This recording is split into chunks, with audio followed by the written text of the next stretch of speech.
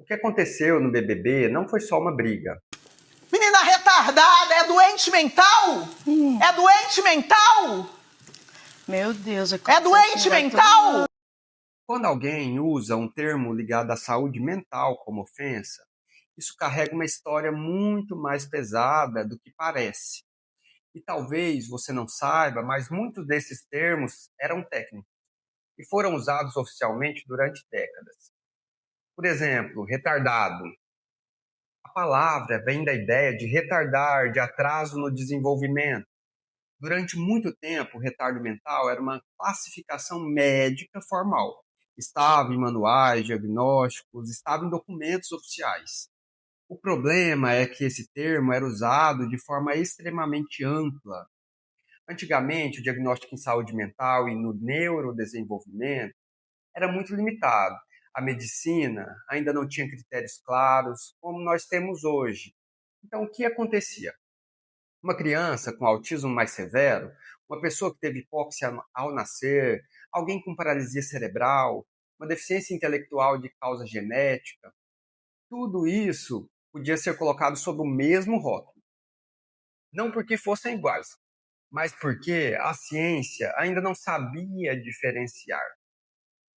E aqui entra algo ainda mais grave. Essas pessoas não eram apenas classificadas, elas eram vistas como incapazes, como inválidas. Se a pessoa não correspondia ao padrão produtivo, ao padrão escolar, ao padrão comportamental esperado pela sociedade, ela era rotulada. E o rótulo não era apenas clínico, era moral. Com o tempo, o termo saiu dos livros médicos, foi parar nas ruas, virou deboche, virou xingamento. A própria medicina reconheceu esse erro histórico. O termo retardo mental foi oficialmente abandonado. Hoje falamos em deficiência intelectual ou transtorno do desenvolvimento intelectual. Isso não foi uma mudança por modismo, foi porque se entendeu que a linguagem molda a forma como a sociedade enxerga essas pessoas. O Brasil tem uma história longa de exclusão em saúde mental. Durante muito tempo, pessoas com transtornos mentais ou deficiências eram isoladas da sociedade, nos famosos manicômios. E quando uma palavra nasce nesse contexto, ela carrega esse peso. Então, quando alguém usa isso como ofensa hoje, não é só um impulso de raiva, é a repetição de uma história em que essas pessoas eram vistas como menos capazes, menos produtivas e menos humanas.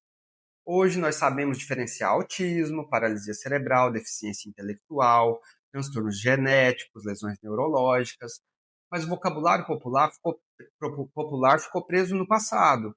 E quando um termo técnico vira insulto, ele reforça a ideia de que quem tem diagnóstico vale menos. Imagina uma mãe de uma criança com autismo ouvindo esse termo ser usado como ofensa em rede nacional. Imagina um adolescente que já enfrenta preconceito na escola. Não, não é só uma briga de reality. É a prova de que a nossa linguagem ainda carrega preconceitos que a ciência já superou. Saúde mental não é xingamento, é diagnóstico, é cuidado, é dignidade.